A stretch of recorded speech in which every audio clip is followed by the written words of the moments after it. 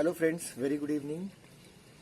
Weekend आ चला है और हमने लास्ट वीक एक किताब शेयर करी थी विक्टर फ्रैंकल जी की, मैन सर्च फॉर मीनिंग। इस वीक मुझे 2 बुक्स पढ़ने का मौका मिला।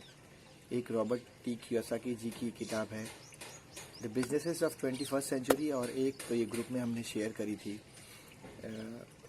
Man search for meaning. तो अब चूँकि इस बुक के रिव्यू करने का समय हो चला है तो रिव्यू स्टार्ट करेंगे। एक कहावत है हम लोगों के यहाँ, कहावत से शुरू करूँगा कि जाके पाँव ना फटे बिवाई, सो क्या जाने पीर पराई। मतलब जिसने खुद तकलीफ़ ना देखी हो, जिसके पाँव ना फटे हों, वो दूसरों के पाँव फटने की पीड़ा को क्या जाने।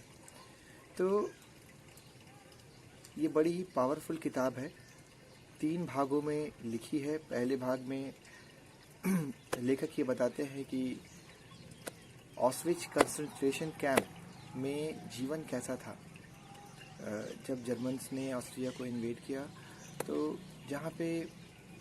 और दूसरे पार्ट में वो ये बताते हैं लोगोथेरेपी क्या होती है, एग्जिस्टेंशियल साइकोलॉजी की बात करते हैं कि जिंदा रहना भी जीवन का एक पर्पस है, और बड़े पावरफुल कोट्स का इस्तेमाल करते हैं पूरी किताब में। वो कोट्स भी मैं स्पेशली शेयर करूँगा, बुक के कोट्स को एज इट इज़ शेयर नहीं करूँगा, आपको टेक्स्ट के थ्रू और इमेजेस के थ्रू शेयर करूँगा। किताब में लेखक, जिसे आप कह सकते हैं कि दुख की पराकाष्ठा क्या होती है, अगर लेखक की बायोग्राफी आप पढ़ेंगे, बड़े ही सक्सेसफुल साइकोलॉजिस्ट, मतलब साइकियाट्रिस्ट और न्यूरोलॉजिस्ट रहे वो। सिगमंड फ्रायड और अल्फ्रेड एडलर जैसे नामी गिरामी लोगों के समकालीन और साथ काम करने वाले लोग हैं। ये फेमस ट्रायड में से आते हैं। कभी आगे उनकी किताबें भी, सिगमंड फ्रायड और एडलर जी की फिलॉसफी भी डिस्कस करेंगे। बहुत सक्सेसफुल डॉक्टर और मनोविज्ञानी थे, और कंसंट्रेशन कैंप्स में इन्होंने अपनी पत्नी को अलग कंसंट्रेशन कैंप में खो दिया, माता जी को इनके सेम कंसंट्रेशन कैंप में जला दिया गया, पिताजी को पहले ही खो दिया उन्होंने नाजियों के अटैक में। और कंसंट्रेशन कैंप में जहाँ आज हम अपने ईगोज़ के लिए झगड़ पड़ते हैं, अभिमान के लिए झगड़ पड़ते हैं, वहाँ आदमी का आत्म स्वाभिमान भी नहीं था कुछ। आदमी कंसंट्रेशन कैंप में आदमी एक नंबर बन के रह जाता है। जिस दिन जाता है वो नंगा हो जाता है। कमज़ोर लोगों को सीधे जिंदा जला दिया जाता है, मजबूत लोगों को पटरियाँ साफ करने के लिए, तरह तरह के निम्न स्तर के कार्यों के लिए लगा दिया जाता है। और लेखक डिस्कस करता है कि कैसे समय के साथ आदमी जब इतनी कष्ट पीड़ाओं में गुजरता है तो उसकी लाइफ 3 फेजेस में गुजरती है। पहली फेज में उसे उसके मन में सवाल होते हैं कि मेरे साथ ही क्यों। वो बहुत ज़्यादा डिप्रेस्ड महसूस करता है। फिर सेकंड फेज में वो इन चीज़ों को एक्सेप्ट करता है, और थर्ड फेज में लिबरेट हो जाता है। किताब 3 भागों में लिखी गई है। पहली भाग में कंसंट्रेशन कैंप में क्या हो सकता है जब पूरे दिन काम करने के बाद आपको आलू और ब्रेड के एक टुकड़े के साथ कुछ सूप दिया जाए, पूरे दिन काम करने के वजह पे नंगा रखा जाए, आपका नाम कुछ ना हो, सिर्फ एक सीरियल नंबर हो, आपकी व्यक्तिगत पहचान, आपका आत्माभिमान पाताल लोक या कहूँ कहीं हो ही ना, आपकी गिनती आप ह्यूमंस के तौर पे ना कर पाएँ। फिर भी लेखक ने कभी आशा नहीं खोई। इससे पहले भी वो बड़े मोटिवेशनल साइकोलॉजिस्ट रहे थे। उन्होंने ऑस्ट्रिया में अपने काम से स्टूडेंट्स के सुसाइड रेट्स को, नर्सेस के, सरकारी एम्प्लॉयज़ के सुसाइड रेट्स को काफ़ी कम किया था, और इस तरीके के पोस्ट में वो लीडर रहे थे ऑस्ट्रिया के। फिर सेकंड पार्ट में किताब लोगोथेरेपी एक टर्म है एग्जिस्टेंशियल साइकोलॉजी पे, जिसमें वो जीवन का पर्पस ढूंढने की बात करते हैं। ये बताते हैं कि जिंदा रहना भी जीवन का एक पर्पस है। कोई ज़रूरी नहीं है कि हर आदमी के पास कोई महान कार्य करना हो, उसके जीवन का लक्ष्य हो या जीवन का पर्पस हो। सिंपल जीने का बहाना हो सकता है कि हमारे जीवन में कोई बहुत बड़ा पर्पस हमें ना दिखे, लेकिन अगर हम देखना चाहेंगे तो जीने का बहाना ज़रूर मिलेगा। एक बड़ी ही पावरफुल बात कहते हैं लेखक बीच में कि एक मनुष्य अपने जीवन में जो सबसे ज़्यादा एस्पायर कर सकता है, सबसे ज़्यादा बड़ा रीज़न होता है उसके जीने का, वो किसी का प्यार होता है। अंग्रेजी में भी ये कोट मैं एज इट इज़ शेयर करूँगा, चूँकि ये हिंदी समरी है, और इसलिए हम इसको हिंदी में ही कंटिन्यू करेंगे, आगे हिंदी में ही बढ़ाएंगे, ज़्यादा से ज़्यादा हिंदी के शब्दों का इस्तेमाल करेंगे। थर्ड पार्ट में लेखक ये लोगोथेरेपी को लाइफ में अप्लाई करने की बात करते हैं। मेरी आपसे गुजारिश रहेगी, एक मैंने लेखक की बायोग्राफी भी भेजी है, बड़े ही पावरफुल ऑथर है। अगर आपको साइकियाट्री और मनोविज्ञान और इन सब चीज़ों में इंटरेस्ट है, न्यूरोलॉजी में, तो सिगमंड फ्रायड और विक्टर ई फ्रैंकल और अल्फ्रेड अल्बर्ट का नाम बहुत फेमस है। आप देखेंगे सिगमंड फ्रायड को तो मैंने कुछ ही पढ़ा भी है, अल्फ्रेड अल्बर्ट को पढ़ा नहीं है, लेकिन उनके बारे में जब विकिपीडिया और इन सब पे सर्च किया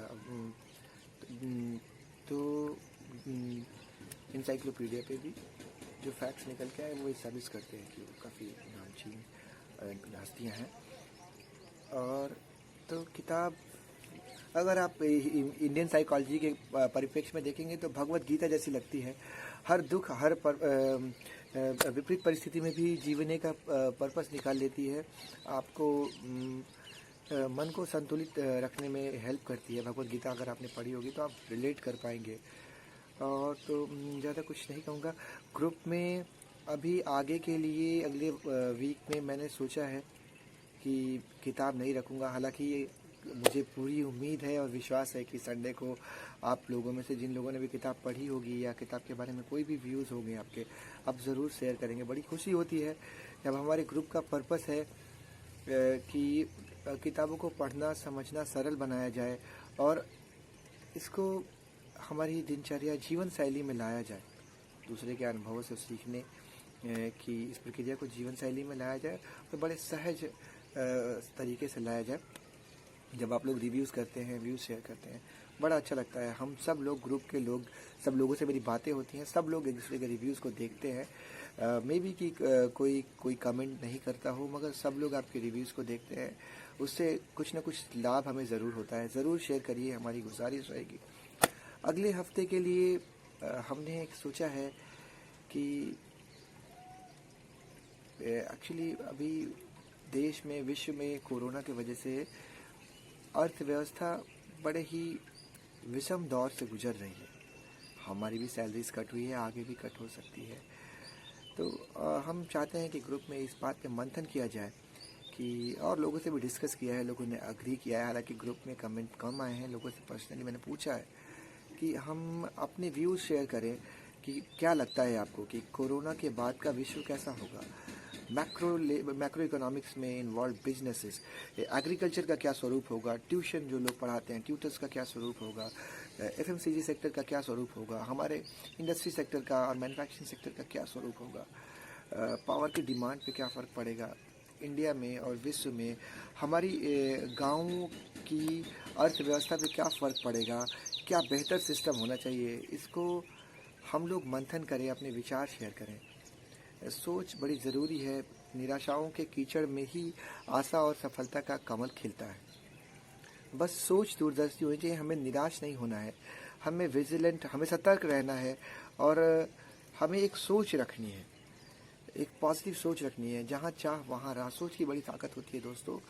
अगर हम अपने लाइफ में जो भी कुछ आज है, कभी कुछ बनना चाहा होगा, उसके वजह से हमें रास्ते मिले हैं। हर लोग ये सोचें कि अगर आप देश को लीड कर रहे हैं, अपने गाँव को लीड कर रहे हैं, अपने आसपास के अनएम्प्लॉयड लोगों को लीड कर रहे हैं, तो कैसे हम उनको रास्ता दिखा सकते हैं, कैसे उनको विकास की मुख्य धारा से जोड़ेंगे कोविड-19 के बाद, या क्या स्वरूप होगा विश्व का। ये बहुत ही विस्तृत विषय है और मुझे आप सब लोगों के विचारों का इंतज़ार रहेगा। संभव हुआ तो जूम पे वीडियो कॉन्फ्रेंसिंग भी करेंगे, लेकिन अपने विचार ज़रूर शेयर करिएगा। ज़रूरी रिसोर्सेज मैं शेयर करूँगा, आप लोग भी कोई ज़रूरी रिसोर्सेज इस टॉपिक से लेकर के, कोई यूट्यूब वीडियो, कोई इंटरव्यू, किसी इकोनॉमिक्स के विचार, किताब शेयर कर सकते हैं। हम लोग कोशिश करेंगे कि ज़्यादा से ज़्यादा किताबों से और व्यूज़ से जाएँ, फिर आप एक इंटरैक्टिव डिस्कशन करें या रिव्यूज़ करके ग्रुप में पोस्ट करें। थैंक यू वेरी मच दोस्तों। आप लोगों के रिव्यूज़ का मुझे अभी भी इंतज़ार रहेगा और इसी के साथ बात को ख़त्म करता हूँ। धन्यवाद।